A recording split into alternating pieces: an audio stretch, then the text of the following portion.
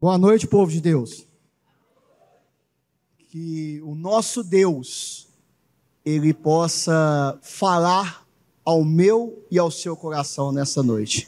Pastor, eu quero muito agradecer pelo convite. Vinícius, agradecer pelo convite. É um prazer, uma honra e, acima de tudo, um privilégio nessa noite em ser o porta-voz dos céus para uma mensagem tão importante, para um tema tão importante, onde se diz, né? Pela minha família eu vou. E até que ponto você vai pela sua família? Até que momento você não vai medir esforços pela salvação da sua família?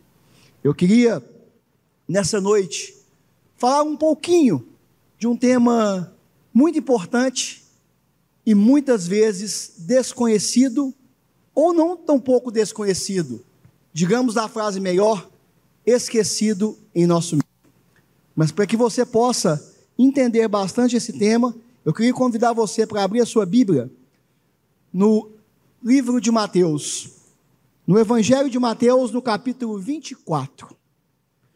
O capítulo 24 de Mateus é um capítulo profético.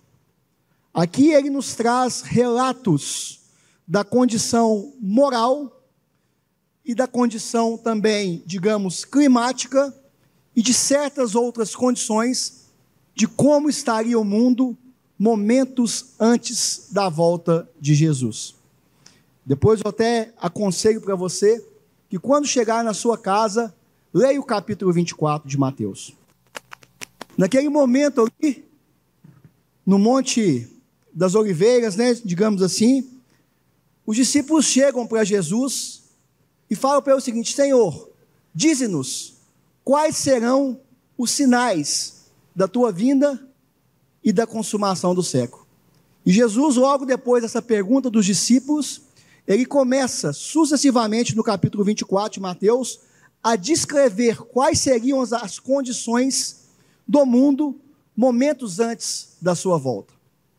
Mas me chama a atenção que quando ele vai discorrendo todo o capítulo 24 de Mateus, ele chega num ponto que ele vai remeter ao passado e vai fazer uma comparação da condição moral da humanidade hoje com a condição moral da humanidade antes do dilúvio. E aqui na minha versão diz o seguinte, que é escrito na sua Bíblia, pode acompanhar, Mateus capítulo 24, versículo 37 em diante, diz o seguinte: pois assim como foi nos dias de Noé, também será a vinda do Filho do Homem. Verso 38, porquanto assim como nos dias anteriores do dilúvio, comiam e bebiam, casavam e davam-se em casamento, até o dia em que Noé entrou na arca, e não perceberam, senão quando veio o dilúvio e os levou a todos. Assim também será a vinda do Filho do Homem. O que Jesus quis mostrar para mim e para você é que a condição moral da humanidade, momentos antes da volta dele, seria semelhante aos antediluvianos. Mas como assim, Eduardo? É como assim mesmo, semelhante aos antediluvianos.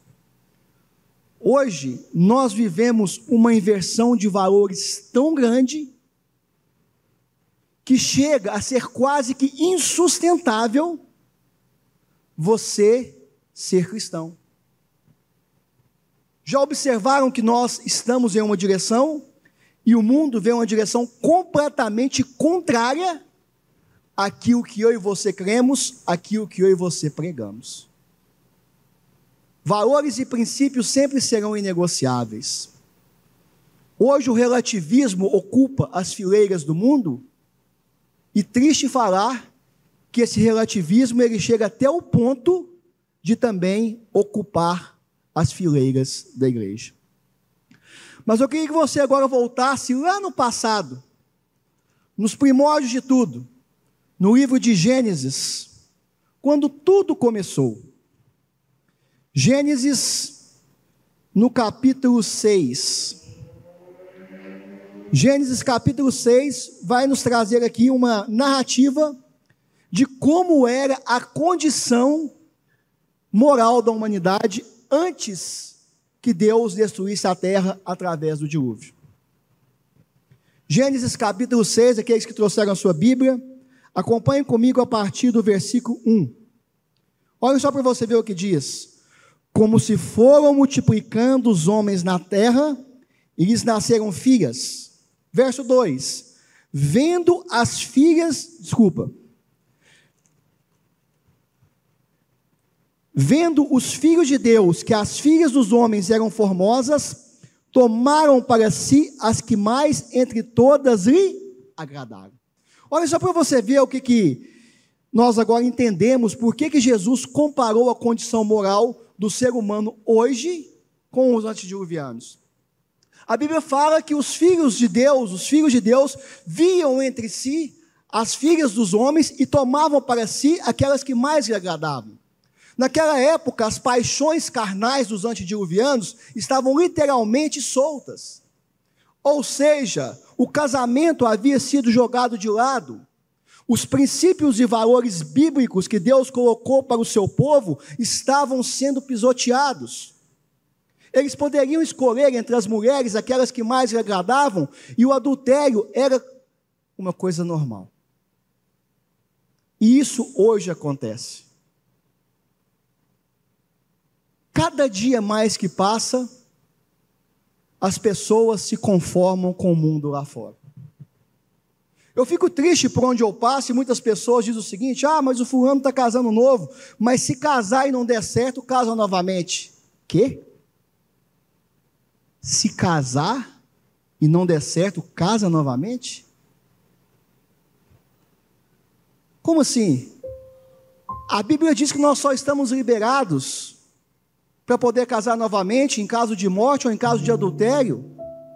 Fora isso, a Bíblia diz que o que uniu Deus não separe quem? O homem.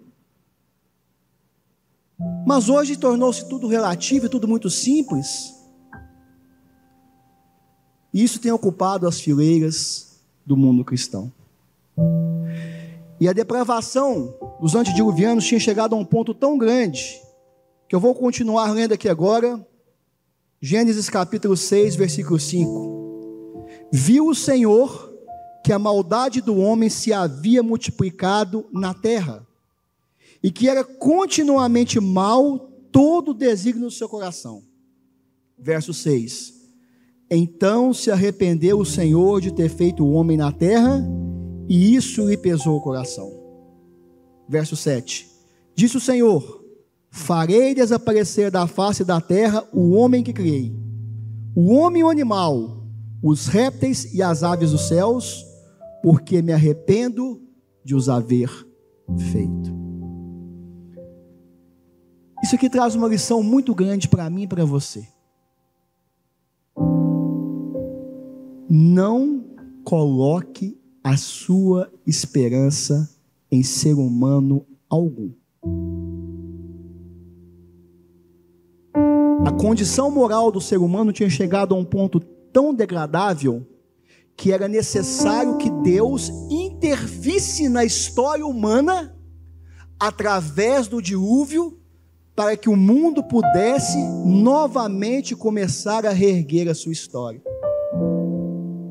Era como se Deus quisesse apertar o botão do reiniciar, do restart da humanidade. E é assim que vai acontecer no tempo do fim. Não é o político A ou o político B que vai resolver o problema desse mundo. O problema desse mundo chama-se Jesus Cristo. E mais uma vez ele vai ter que intervir na história humana.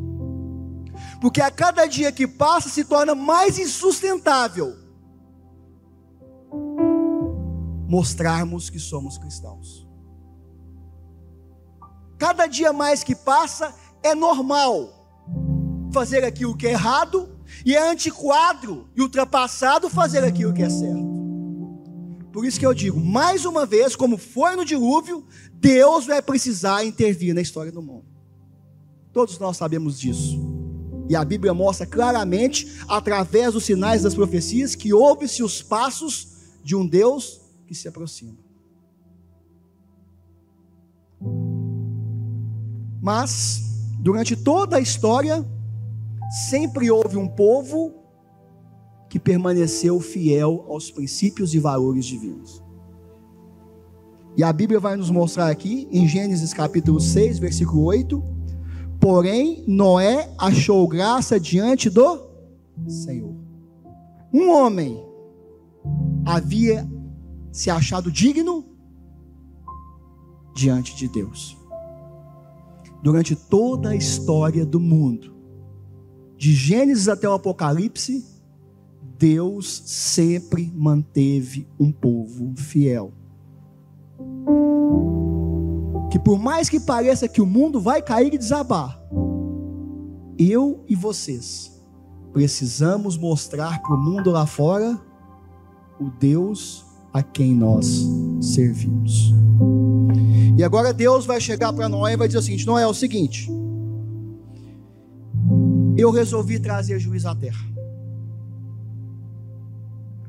Eu vou exterminar toda a raça humana através do dilúvio.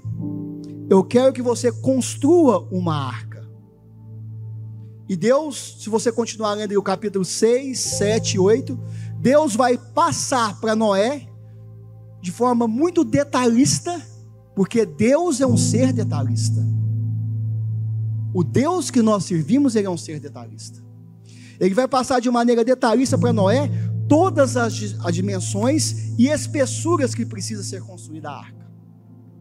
E vai dizer para ele: Noé, construa essa arca, porque ao final da construção dessa arca, eu vou trazer juízo até a terra. E Noé, sabiamente instruído por Deus, começa de forma gradativa a construir a arca. Mas o que mais me chama a atenção é como a misericórdia de Deus ela nos alcança. Porque a Bíblia diz que Deus não fará coisa alguma sem antes o quê? Comunicar a seus servos, os profetas.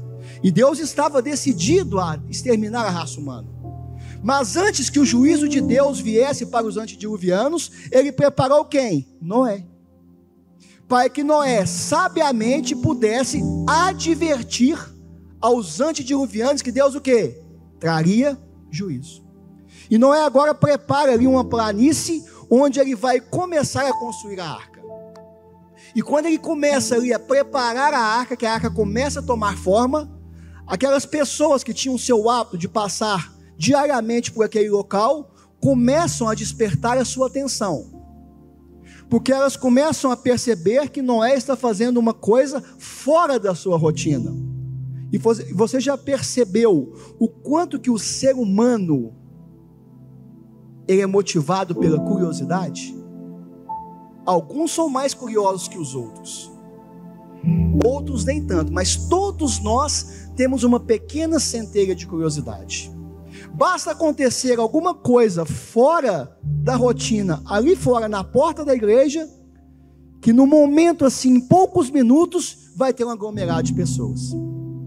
E não foi diferente com os antediluvianos. Eles passavam, viam Noé sistematicamente todos os dias construindo a arca, e aquilo despertou neles uma curiosidade. E eles falaram: Noé, o que você está fazendo? E quando eles perguntavam, Noé tinha o quê? A oportunidade de pregar para eles. Noé tinha a oportunidade de advertir aquela nação, aquele povo de dura serviço, que Deus iria o quê? Trazer juízo. E ele pacientemente explicava: olha, Deus me deu uma ordem, que eu deveria construir a arca, e ao final da construção dessa arca, ele vai trazer juízo à terra. Uai, mas como assim, Noé? Deus vai trazer juízo à terra? Sim, Deus me disse que vai exterminar toda a raça humana.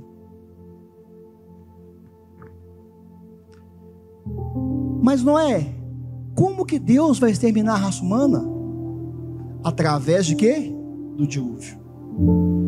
E você falar para eles de dilúvio, de chuva, é uma questão meio que assim, abstrata. Mas por que é uma questão abstrata? Porque eles não tinham ainda a definição e a concepção do que era chuva. Naquela época ainda não havia chovido na terra. Apenas uma relva passava para poder aguar e regar as plantas. E quando você chega para um povo que está com o coração endurecido, que está com as suas paixões carnais voltadas para o pecado, voltadas para o adultério, voltadas para aquilo que é errado, e fala para eles que Deus vai trazer juízo à terra, não, você está brincando. Deus não vai trazer juízo à terra, não. Você está falando sério, não é? Deus vai trazer juízo à terra? Sim, Deus vai trazer juízo à terra. E sucessivamente o tempo ia o quê? Passando. Passavam-se ali 5, 10, 20 anos. E durante todo aquele percurso da construção da arca, Noé advertia para os antediluvianos que Deus iria trazer juízo à terra. Mas mesmo assim, eles insistiam em quê?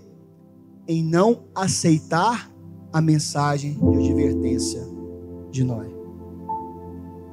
E alguns eram até um pouco mais abusados e chegavam para Noé e deveriam dizer assim: ô Noé, olha só para você ver, meu amigo, já tem 20 anos que você está construindo a arca e nada de chuva.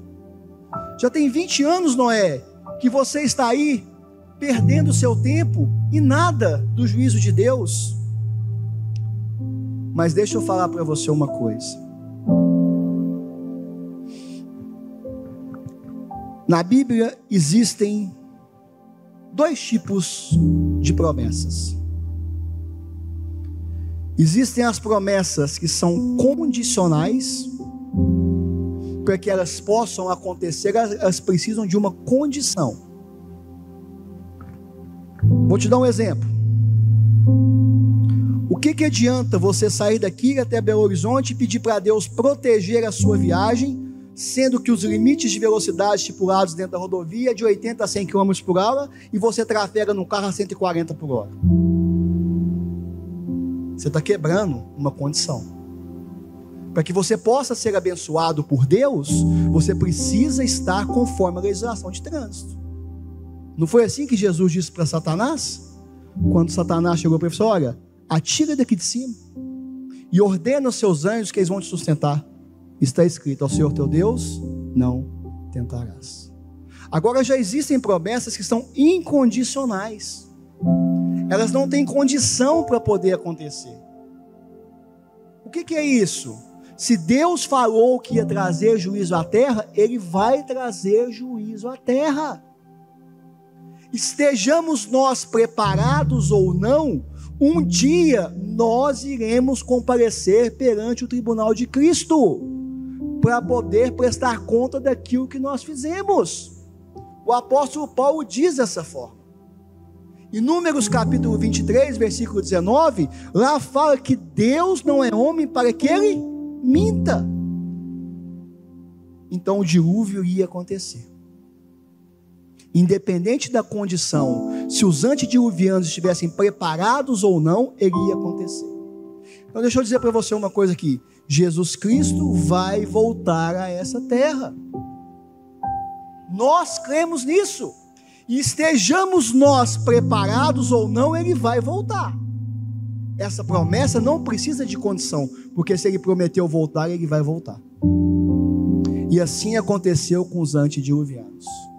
Chega-se ao final dos 120 anos.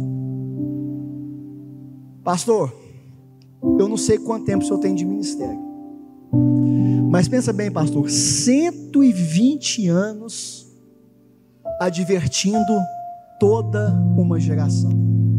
120 anos acordando de manhã, à tarde e à noite, dizendo: olha, Deus vai trazer juízo. Olha, arrependam-se, entrem dentro da arca, porque é aqui que vai ter o quê? A salvação. E cada madeira que era simetricamente assentada, cada martelada que Noé dava na arca, era o anúncio de que Deus traria juízo aos antediluvianos. Até que chega agora o final dos 120 anos. Gênesis capítulo 7.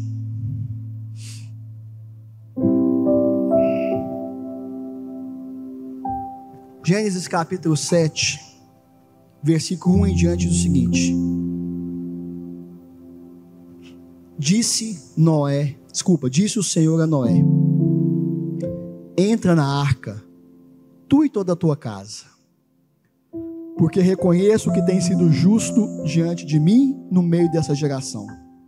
Verso 2: de todo animal limpo levarás contigo 7 pares, o macho e sua fêmea, mas os animais imundos um par, o macho e a sua fêmea.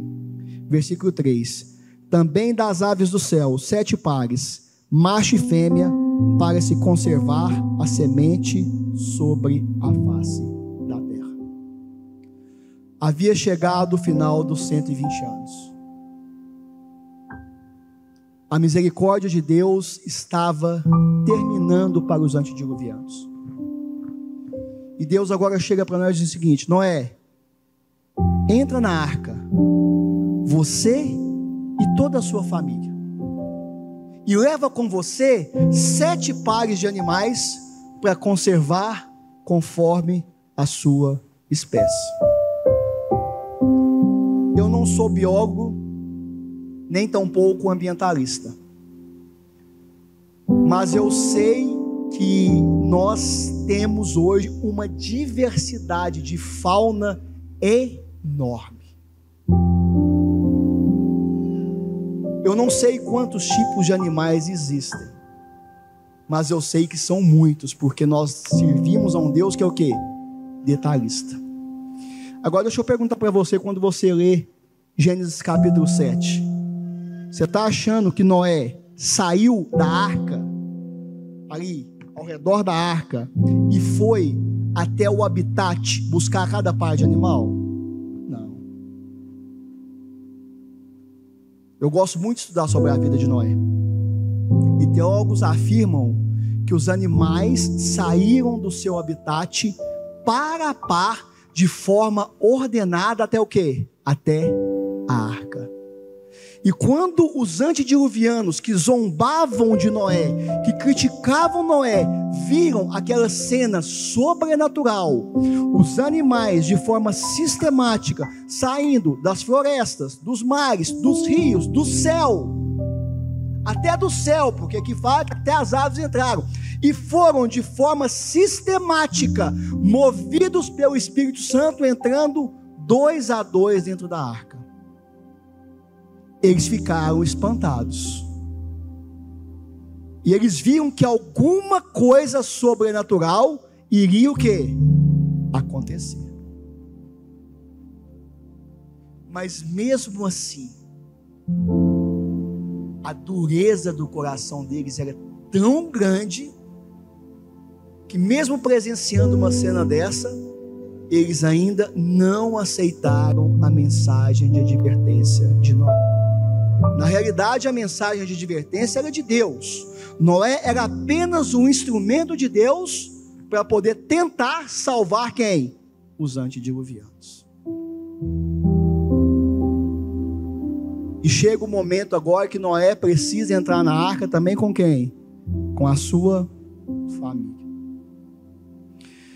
E a porta da arca era feita de uma madeira maciça, de um peso humanamente impossível de ser levantado. E quando Noé entra na arca com a sua família, naquele exato momento desce um anjo do céu para poder o quê? Fechar a porta. E naquele exato momento, o tempo da graça havia terminado para os antediluvianos. Porque a porta que Deus fecha, ninguém pode abrir. Acabou. E pode ser que nessa noite eu estou falando para alguém que tem estendido o seu tempo da graça. Que por quantas e quantas vezes, insistentemente, o Espírito Santo tem falado ao seu coração para que você se converta, para que você se arrependa dos seus pecados, mas não, você insistentemente não dá ouvidos à voz de Deus. Assim como foi para os antediluvianos, o tempo de misericórdia, o tempo da graça, vai findar também para nós. E por que você brinca de ser cristão? Por que você não toma uma atitude correta e começa a viver piedosamente conforme os padrões da Bíblia? Não brinque de ser cristão, porque o diabo não brinca de ser diabo. No seu primeiro vacilo ele vai te pegar.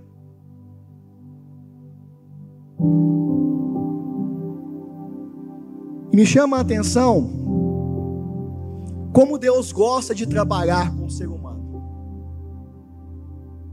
120 anos, uma vida, uma geração, um propósito. E nós achamos que assim que Noé entra agora na arca com a sua família, com toda espécie de animal, vai começar a chover. Não vai começar a chover não. Quanto tempo demorou para poder começar a chover logo depois que Noé entrou na arca? Não foi logo o fechamento da porta, não. Por que eu estou chamando a sua atenção para esse ponto? Porque Deus, ele tem uma forma muito inteligente de trabalhar com o ser humano. Deus, ele leva o ser humano ao seu limite. Mas como assim, Eduardo? Deus leva o ser humano ao seu limite? Sim, Deus leva o ser humano ao seu limite. Mas por quê? Por quê? Porque quando nós, quando vocês são levados ao limite, é onde o nosso caráter é aperfeiçoado. O ouro, quanto mais é levado ao fogo, mais puro ele se torna.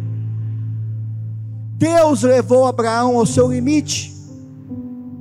Abraão, pega Isaac, seu único filho, leva ele até o Monte Moriá, e lá você vai oferecer em holocausto a mim. Levou ou não levou Abraão ao seu limite? Deus levou Noé ao seu limite. Porque Noé ficou dentro de uma arca, enclausurado, esperando 7 dias para que o quê? Começasse a chover. E sem contar que ainda tinha que aguentar a zombaria. Porque eu tenho certeza que os antediluvianos passavam diariamente na porta da arca, chegavam para Noé e falavam assim: ô Noé, larga de ser bobo, Noé. Sai da arca, tem 7 dias que você está aí com a sua família, enclausurado, e não começou a chover. Até que no 7º dia, o tempo fechou. Deus não é homem para que ele minta. E o sol já não brilha mais com a sua força. Nuvens densas começam a ocupar toda a atmosfera em volta da arca. Quando de repente começa a chover. E como a chuva faz estragos. Nós estamos vendo aí na matéria o que está acontecendo no Rio Grande do Sul. Agora, recentemente, essa semana. Agora deixa eu perguntar para você, será que você está achando que quando começou a chover igual chove hoje? Não. Não é igual chove hoje, não. Geólogos, cientistas e arqueólogos comprovam que as comportas do céu foram o quê? Abertas. Descia água numa vazão tão forte, ou até mais forte do que as cataratas de Foz do Iguaçu. E não foram só as comportas do céu, de cima para baixo, não. Foram de baixo para cima. O negócio começou a encher, como se enche ali um tanque, quando você coloca lá no fundo o ralinho para não poder encher, de forma o quê? Instantânea.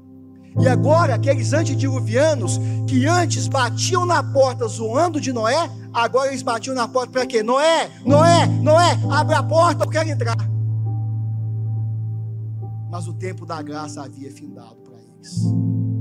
O juízo de Deus havia chegado para os antediluvianos.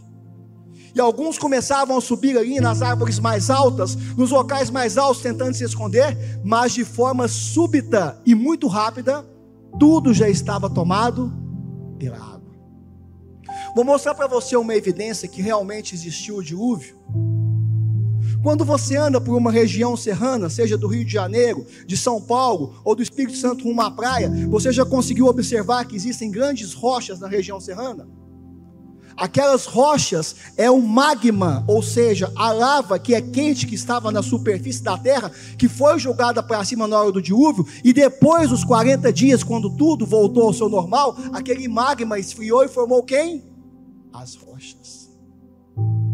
A geologia explica o dilúvio, a veracidade da Bíblia que realmente existiu o dilúvio. Porque antes o mundo que era sem deformações. Pega para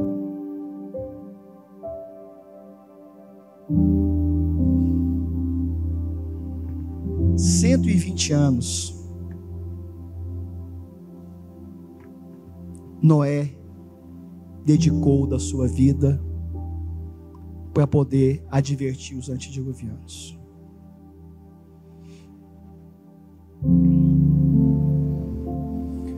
Hoje eu e você vivemos num mundo onde nós somos cobrados para sermos os melhores. Se você é aluno, você tem que ser o melhor aluno. Se você é vendedor, você tem que ser o melhor vendedor. Porque a empresa na qual você trabalha vai estipular para você uma meta X para o mês de maio. Você vai cumprir a meta X em maio, em junho é 2X, em julho é 3X, e aí vai só crescendo. Se você não bater a meta, você está no olho da rua. É assim que o mundo faz. Mas Eduardo, por que você está falando isso? Porque é assim que o mundo faz. E não está errado. Porque afinal de contas, nós estamos aonde? No mundo o quê? Competitivo, com poucas vagas no mercado de trabalho. E eu tenho que falar uma coisa muito dura para você aqui, que o mundo não é para os fracos. O mundo não é para os covardes. Mas Deus quer que eu e você possamos sobressair nesse mundo. Porque quando nós sobressaímos, nós honramos e glorificamos o nome dele. Mas por que você está falando isso? O que isso tem a ver com a vida de Noé? Tudo. Tudo. Sabe por que tem tudo a ver com a vida de Noé? Pega o padrão do mundo. Faz uma comparação do padrão do mundo com a vida de Noé. Vamos lá. O cara dedicou 120 anos pregando o evangelho. 120 anos falando que Deus traria juízo. 120 anos construindo uma arca. E quantas pessoas se salvaram? De toda uma geração, quantas pessoas se salvaram? Nenhuma. Todos se perderam. Então, se eu for comparar Noé com os padrões do mundo, com todos os patriarcas, com todos os profetas que passaram desde Gênesis ao Apocalipse, depois com os discípulos, Noé é o pregador ou o pastor mais fracassado da história da Bíblia. Compara Noé com Paulo. Paulo dá um show em Noé. Paulo foi o maior missionário do Novo Testamento. Paulo viveu a sua vida inteira pregando e convertendo e ganhando pessoas para Cristo, enquanto em comparação com Noé, Noé não ganhou ninguém.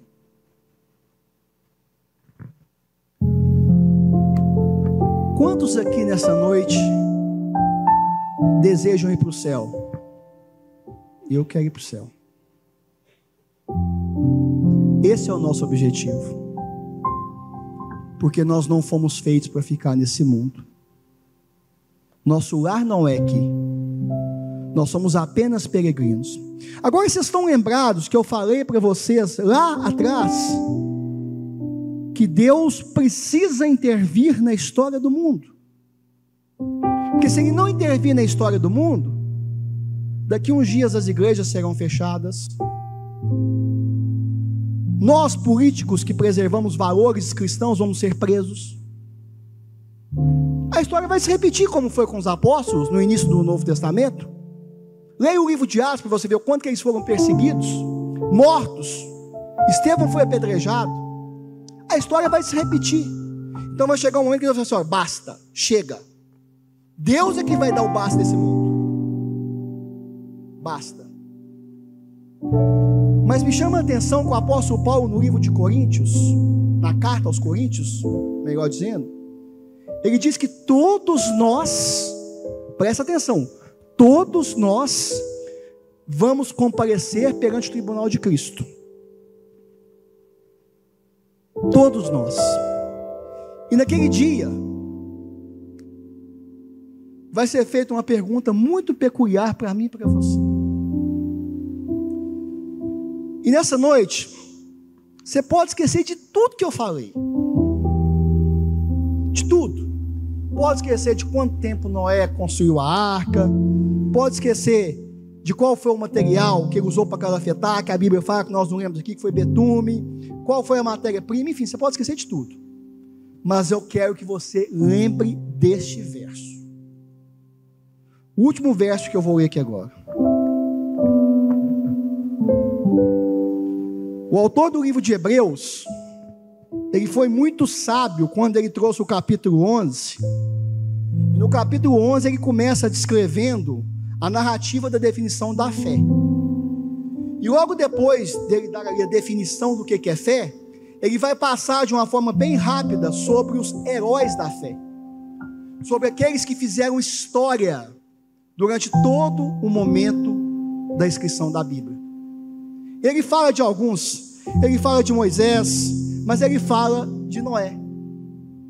Interessante que a vida de Noé foi tão marcante que o autor do livro de Hebreus, na galeria dos heróis da fé, ele menciona Noé. Mas por que ele menciona Noé?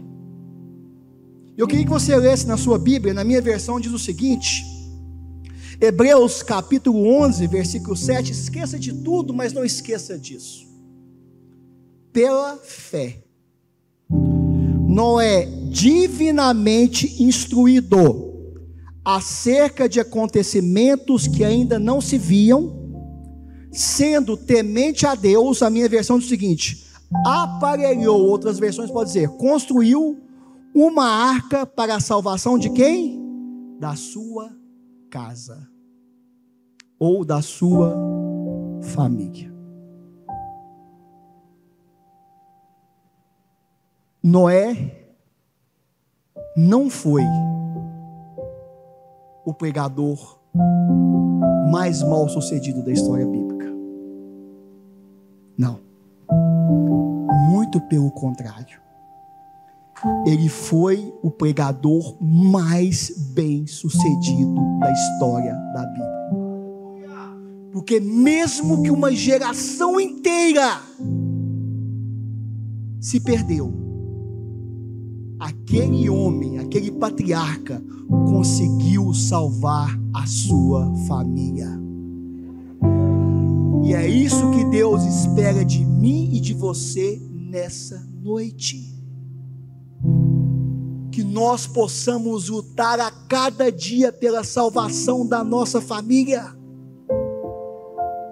A pergunta que Cristo vai fazer para mim e para você quando nós comparecermos no tribunal perante Ele, não vai ser a seguinte pergunta: Eduardo, onde está a carreira política que eu te dei? Não. Eduardo, onde está a casa que eu te dei? Não. Eduardo, onde está o carro que eu te dei? Não. Eduardo, Onde estão os filhos que eu te dei? E vai fazer essa pergunta para quem é pai e para quem é mãe. Onde estão os filhos que eu te dei?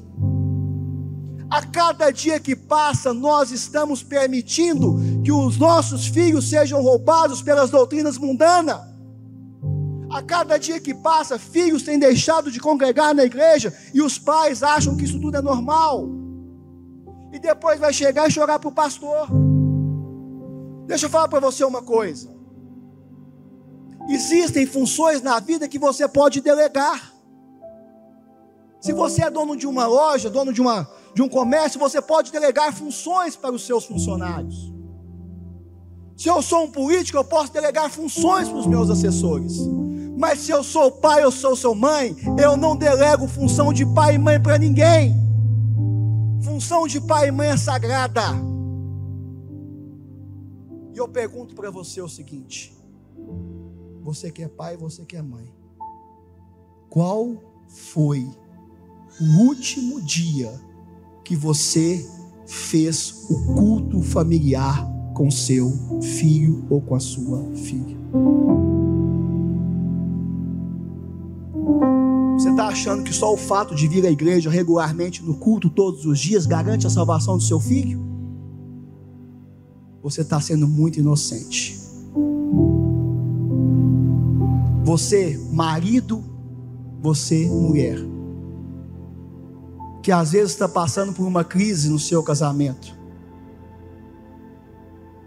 Qual foi a última vez que vocês dois tiraram tempo para poder orar juntos? Faça essa experiência na sua vida. Comece a orar juntos, para você ver o quanto que Deus vai reavivar o seu casamento e o seu relacionamento. A Bíblia fala que o patriarca Jó acordava de madrugada para orar pelos pecados dos seus filhos, para interceder pelos seus filhos. E você, pai e mãe, qual foi a última vez que você orou para a salvação dos seus filhos? Por onde eu tenho passado, eu tenho visto crianças muito bem vestidas, com roupas e calçados novos. Isso não é errado não, gente. Nós como pai, nós queremos dar o melhor para os nossos filhos. Crianças com aparelhos celulares de última geração, notebooks, tudo que a criança precisa. Não é errado. Você tem que dar o melhor para o seu filho. Você luta para isso. Mas eu vejo crianças que têm tudo isso e não tem sequer uma Bíblia. Eu te pergunto, como que você quer que seu filho seja salvo? Se você está delegando a sua função de pai e mãe para outra pessoa. Você lembra que eu perguntei para vocês aqui, quantos querem ir para o céu? Agora, preste atenção no que eu vou te falar. A salvação, conforme a Bíblia me ensina e ensina para você, ela é individual.